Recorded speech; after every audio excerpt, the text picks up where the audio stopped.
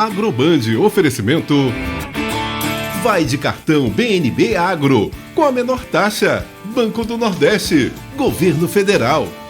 FAEB 60 anos. Quando a gente defende o campo, a gente defende tudo. Instituto Washington Pimentel. A estratégia do agro passa por aqui. ABAPA, Associação Baiana dos Produtores de Algodão. E a IBA, Associação de Agricultores Irrigantes da Bahia.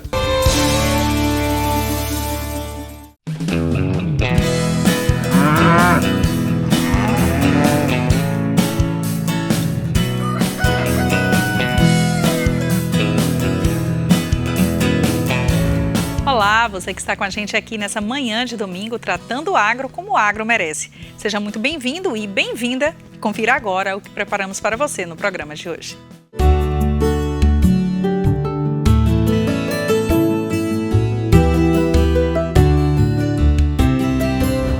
A ADAB confirmou o primeiro foco de ferrugem asiática da soja na safra 2025-2026 na Bahia. A ocorrência foi registrada em Correntina, no oeste do estado.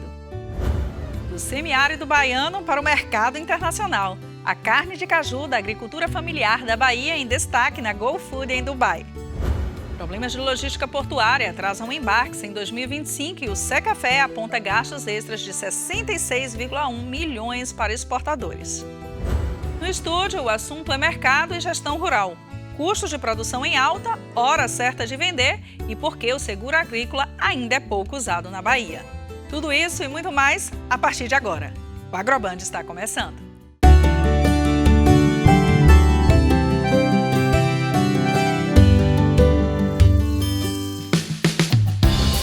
A ADAB confirmou o primeiro foco de ferrugem asiática da soja na safra 2025-2026 na Bahia. A ocorrência foi registrada em uma propriedade rural de Correntina, no oeste do estado. O alerta foi emitido pela AIBA por meio do Programa Fitossanitário da Soja. A confirmação ocorreu no dia 27, após a utilização de técnicas específicas de identificação do fungo causador da ferrugem asiática. A ocorrência só foi identificada durante ações de monitoramento nas lavouras. De antemão, é o primeiro foco identificado na safra. Nós já estamos no processo de colheita, estamos avançando aí para entre 5% e 6% de colheita da safra da soja no estado da Bahia.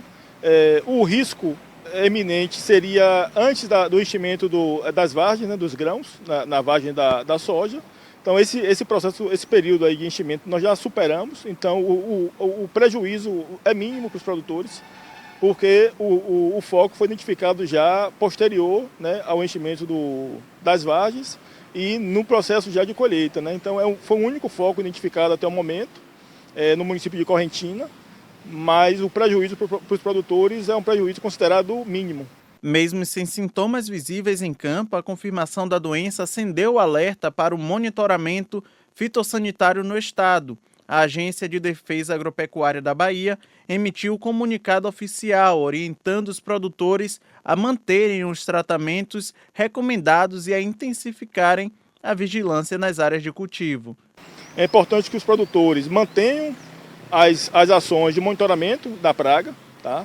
Inclusive em parceria com a IBA, que é a Associação dos Produtores Irrigantes do Estado da Bahia, que atua em parceria com a ADAB, junto ao nosso projeto fitossanitário de prevenção à ferrugem asiática da soja, né? Manter as ações do manejo integrado de pragas, tá? E qualquer sintoma da praga, é importante que o produtor se direcione à ADAB, né, para que nós encaminhemos um fiscal estadual agropecuário a campo para fazer coleta do material e encaminhamento ao laboratório. O monitoramento das lavouras baianas conta com a atuação integrada da ADAB, AIBA, ABAPA e Fundação Bahia. Nós, ao longo dos anos, temos buscado uma integração muito firme e estreita junto ao setor produtivo e também ao setor de pesquisa, que envolve a Fundação Bahia, que envolve as universidades estaduais e federais e a própria Embrapa. Nós trazemos também para essa relação a IBA e a ABAPA e nós temos o Comitê Técnico Regional da Soja, né? Nesse Comitê Técnico, nós congregamos todas essas instituições e debatemos a estratégia de semeadura, de vazio sanitário, né? De controle fitossanitário também, envolvendo opiniões tanto da academia quanto da pesquisa, tá? E quanto do setor produtivo, além da própria ADAB. E o Ministério da Agricultura também, que participa dessas reuniões técnicas. Problemas de logística portuária atrasaram embarques de café do Brasil em 2025. Um levantamento do Secafé aponta gastos extras de mais de 66 milhões de reais para exportadores associado ao não embarque e a custos operacionais. No ano passado, o Brasil, que é o maior exportador mundial de café, enfrentou uma queda de 20% nas exportações. E entre os fatores desse recuo está o tarifaço dos Estados Unidos, maior comprador da safra cafeeira. Ao todo, foram embarcadas mais de 40 milhões de sacas de café para mais de 120 destinos, o que gerou uma receita cambial de 15 bilhões de dólares, elevação de 24% se comparado com o desempenho de 2024. Esse resultado poderia ser ainda melhor se não houvesse fila de caminhões, pátios lotados e atrasos dos navios que se tornaram realidade nos portos brasileiros. Um exemplo, a gente carrega o container no local, né, de embarque, e aí, nesse meio tempo, existe uma alteração dessa escala desse navio. E nisso a gente não consegue depositar esse container no terminal, né, que seria o recinto ali portuário. Com isso, a gente tem que direcionar esse container para um local específico, para ele aguardar até que a gente possa depositar. Um levantamento do Conselho dos Exportadores de Café, o Secafé, mostrou que mesmo com o recorde de exportações, foi registrado um prejuízo de mais de 66 milhões de reais em 2025. O motivo foi o esgotamento da infraestrutura portuária do Brasil. Esse gargalo tem prejudicado o café que sai do campo brasileiro a chegar com mais rapidez a outros países. E, na média, 55% dos navios tiveram atrasos e 1.824 contêineres estufados com café, o equivalente a 601 mil sacas, deixaram de ser exportadas por mês, o que fez com que o país deixasse de receber 2,6 bilhões de dólares, o equivalente a 14,6 bilhões de reais nas transações comerciais do país no ano de 2025. De acordo com o levantamento, 187 das 361 embarcações tiveram atrasos ou alteração de escalas no ano. Por exemplo, o Porto de Santos correspondeu a quase 80% dos embarques de café em 2025 e 65% dos navios tiveram atraso. E o relatório aponta que o tempo mais longo de espera registrado foi de 82 dias. Já no complexo portuário do Rio de Janeiro, o segundo maior exportador de cafés do Brasil, teve índice de atrasos de 41% no mês retrasado. O maior intervalo de atraso foi de 13 dias. Isso indica que 52 dos 127 navios tiveram alteração de escalas. Uma realidade que escancara a necessidade de mudanças nos principais pontos de escoamento do café no país. O maior porto da América Latina, que quebrou mais um recorde em 2025, carece de mais investimentos e celeridade em obras importantes, como a terceira via de descida à Baixada Santista, ao aprofundamento do calado para o recebimento de grandes embarcações, uma nova alça de acesso à área primária portuária e, principalmente, na realização do leilão do Tecon Santos 10.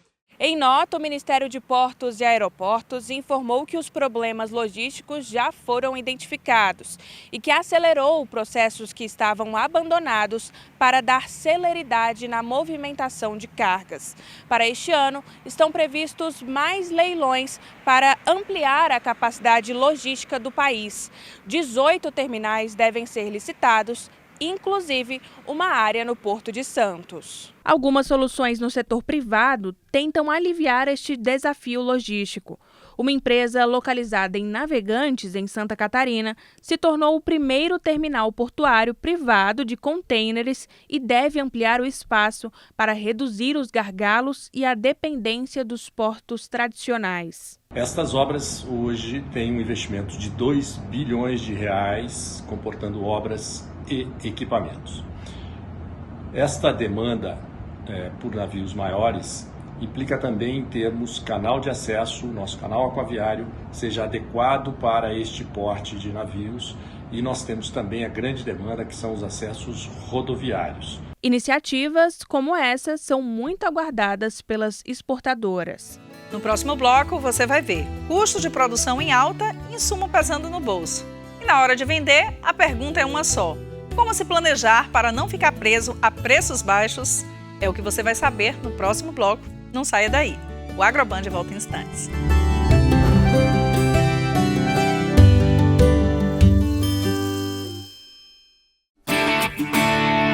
Agroband, oferecimento. Vai de cartão BNB Agro, com a menor taxa. Banco do Nordeste, Governo Federal.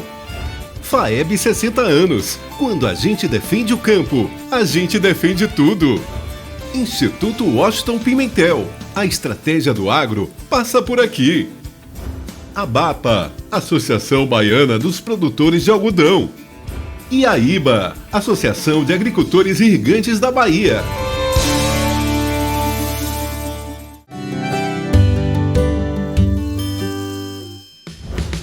Estamos de volta com o seu Agroband e eu aproveito para te convidar a seguir a gente nas redes sociais e acompanhar os nossos conteúdos ao longo de toda a semana. O nosso Instagram é o AgrobandBA e o canal do YouTube é o Band Bahia, onde você pode nos encontrar na playlist do Agroband Bahia. E agora a gente vai falar de um assunto que aperta todo dia: a conta de quem produz. Custo de produção em alta, insumos pesando no bolso e estratégias para planejar e definir a hora certa de vender para não ficar preso a preços baixos. Para ajudar a entender esse cenário, a gente conversa agora com o engenheiro agrônomo Francisco Neves. Francisco, seja bem-vindo ao Agroband e eu quero começar perguntando, nesse cenário de preços altos, de custo de produção elevado, quais são os itens que mais têm pesado no bolso do produtor rural?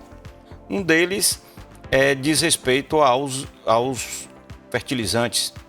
Nós temos uma situação no país em que em torno de 70% dos fertilizantes utilizados é importado.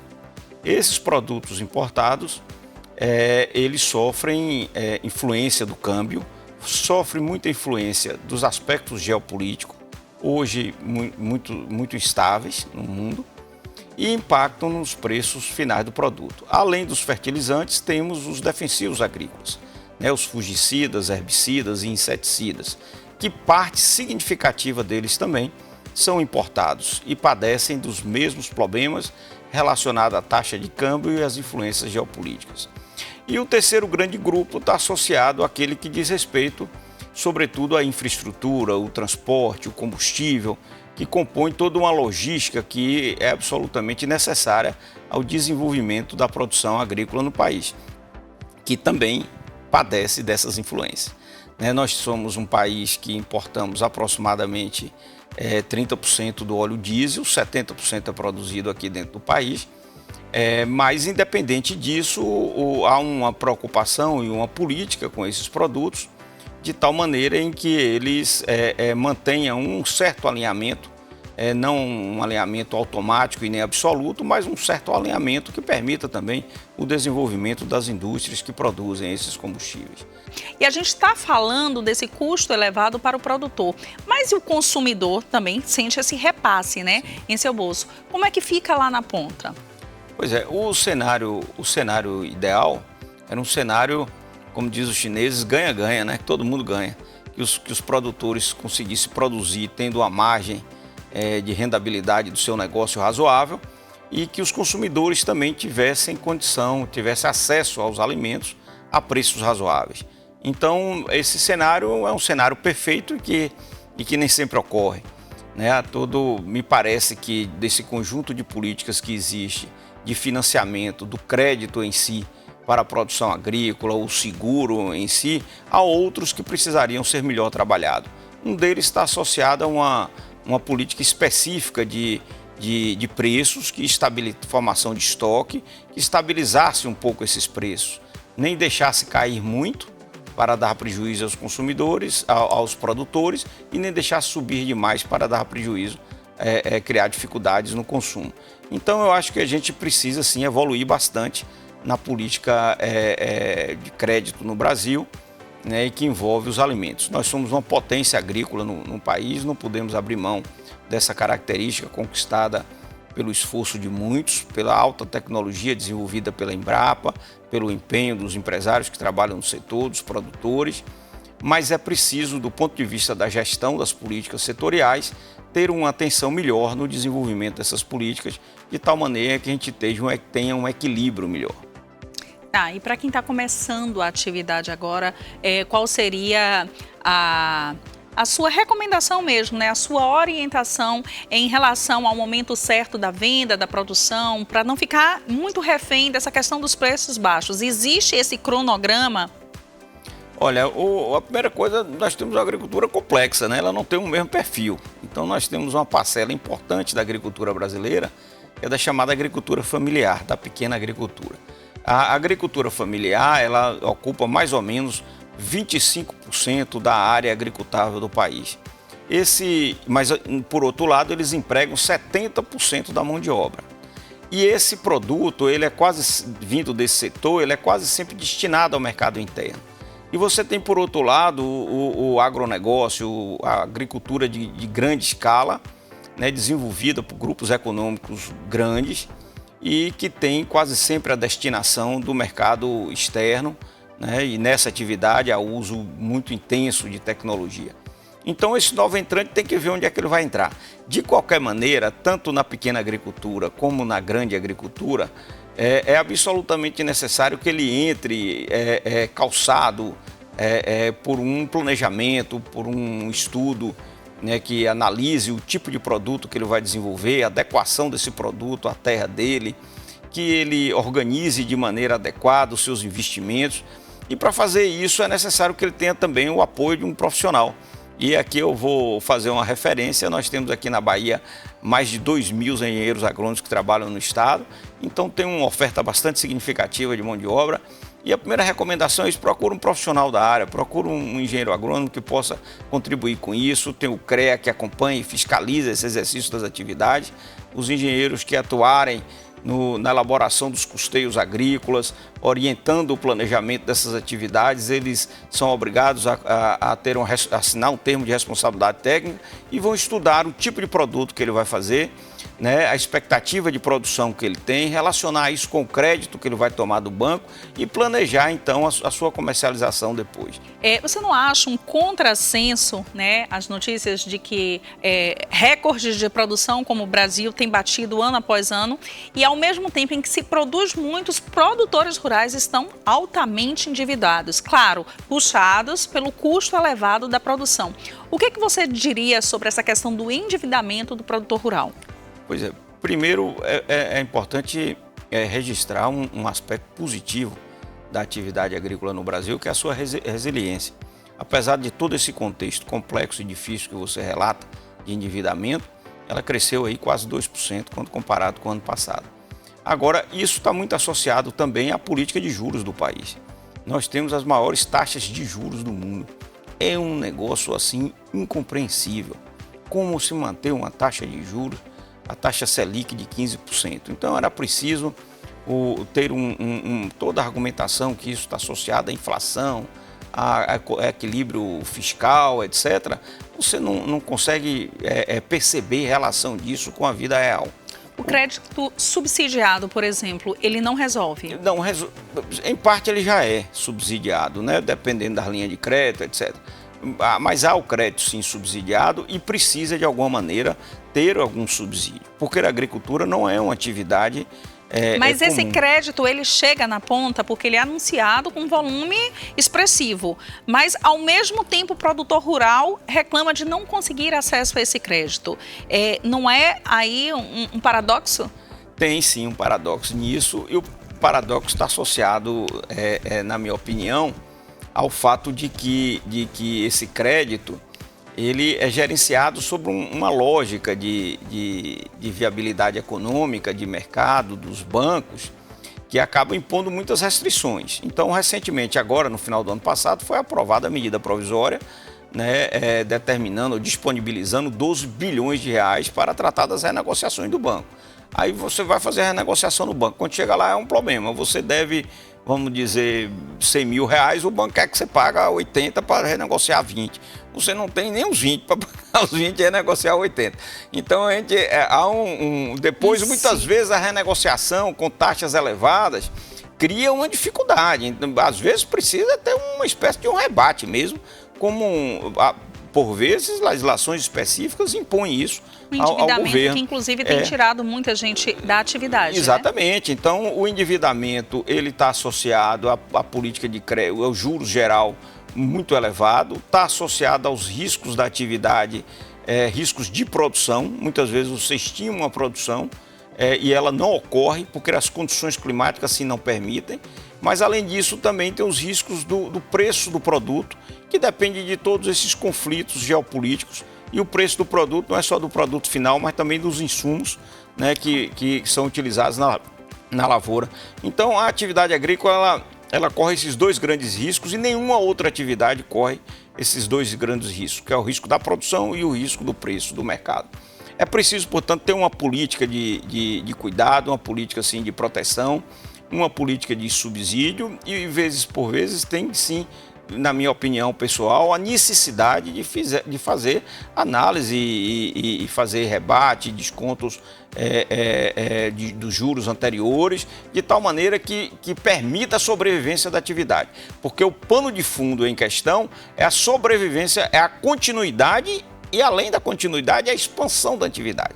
Então, o Estado tem o dever de cuidar disso, porque esse produto é um produto de primeira necessidade, né, e joga um papel importante no desenvolvimento e na segurança alimentar do país.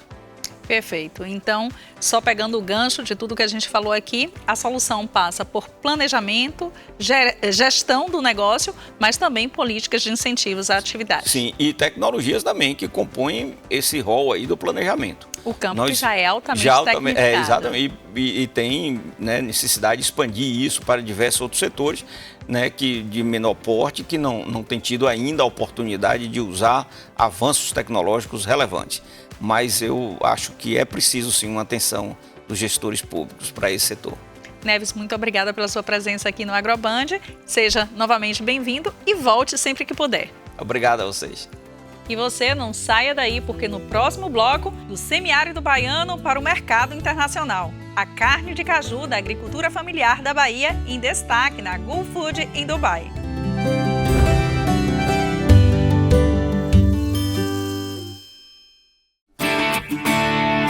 Agroband, oferecimento. Vai de cartão BNB Agro, com a menor taxa. Banco do Nordeste, Governo Federal.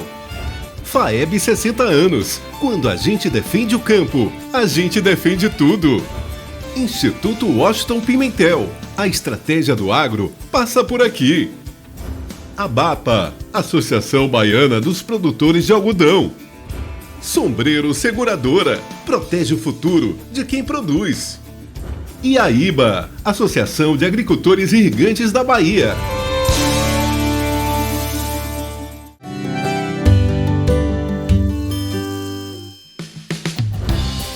Do semiárido baiano para o mercado internacional. A carne de caju da agricultura familiar da Bahia ganhou vitrine na Gulf Food em Dubai, uma das maiores feiras internacionais de alimentos e bebidas.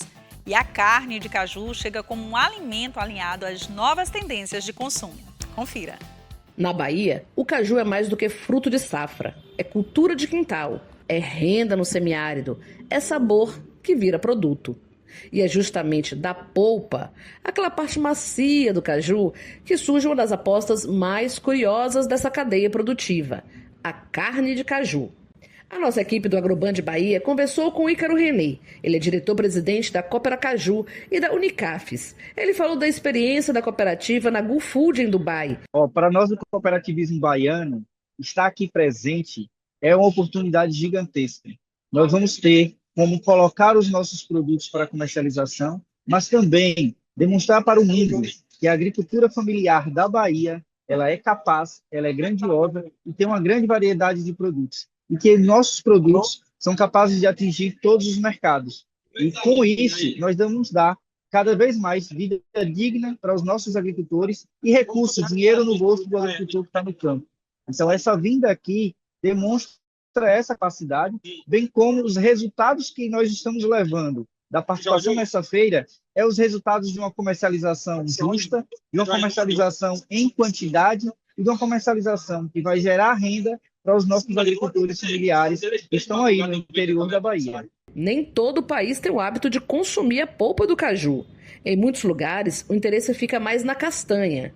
E aí, o que poderia ser perda, vira oportunidade de inovação em mercado. Normalmente, aqui na Índia e África, o caju, a fruta, ela não é utilizada, só é utilizada a castanha.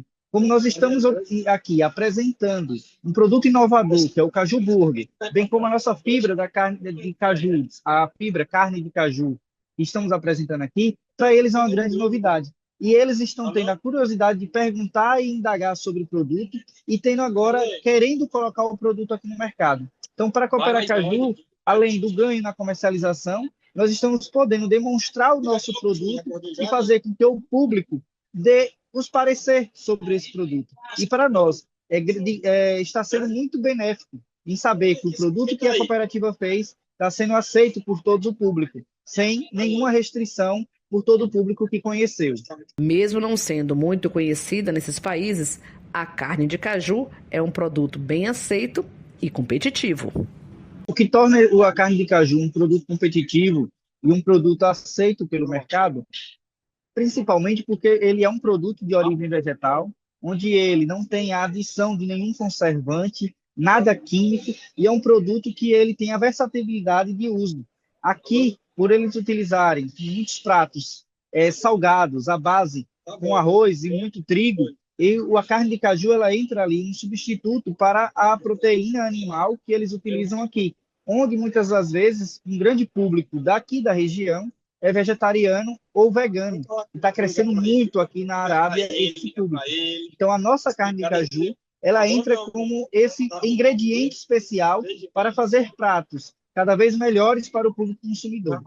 Além das questões nutricionais, a carne de caju ainda dialoga com a sustentabilidade. Por quê? Ela vem oriunda de do cajueiro, que é uma fruta nativa do Brasil, uma fruta nossa, do nosso Nordeste, onde ali é a fonte de renda para os nossos agricultores, principalmente nas épocas de escassez, nas épocas da seca, onde os agricultores produzem a castanha de caju. Quando nós estamos agora utilizando o caju, principalmente um cajueiro gigante, histórico, que está ali, e esse caju proporciona um produto que tem capacidade de atingir o mercado, você está, além de fazendo toda a preservação dessa planta, você está, assim, gerando renda para o agricultor e mantendo e preservando o meio ambiente. Então, o caju ele se enquadra em todos os potenciais de preservação do ambiente. E as expectativas do sucesso do produto no exterior são grandes. Tenho certeza que a carne de caju, e principalmente o nosso Caju Burger, ele será um produto que vai ser cada vez mais visto no mercado. Por quê? Cada vez mais o nosso público, a nossa população, está buscando uma alimentação saudável, uma alimentação vegetal, saindo de muitas vezes da proteína animal, e a nossa carne de caju, o nosso hambúrguer, o Caju Burger, ele entra como um alimento que consegue chegar a isso. Consegue fazer com que o público vegano, vegetariano, e até quem não é vegano e vegetariano, irá consumir ele em substituto dos outros hambúrgueres. E não vai sentir a diferença. O diferencial do nosso hambúrguer é que ele é natural, sem conservante, é um produto que leva o caju, que é a nossa fruta brasileira, e, além do mais, é um produto da agricultura familiar. Então, ele veio para ficar e é um produto que vai ter grande acessão no mercado. O programa de hoje chega ao fim. Passou bem rapidinho, não foi? Mas não se preocupe, domingo que vem tem muito mais. Até lá, você pode nos acompanhar em nossas redes sociais e ficar bem informado sobre as notícias do campo. Para você, um domingo abençoado e produtivo.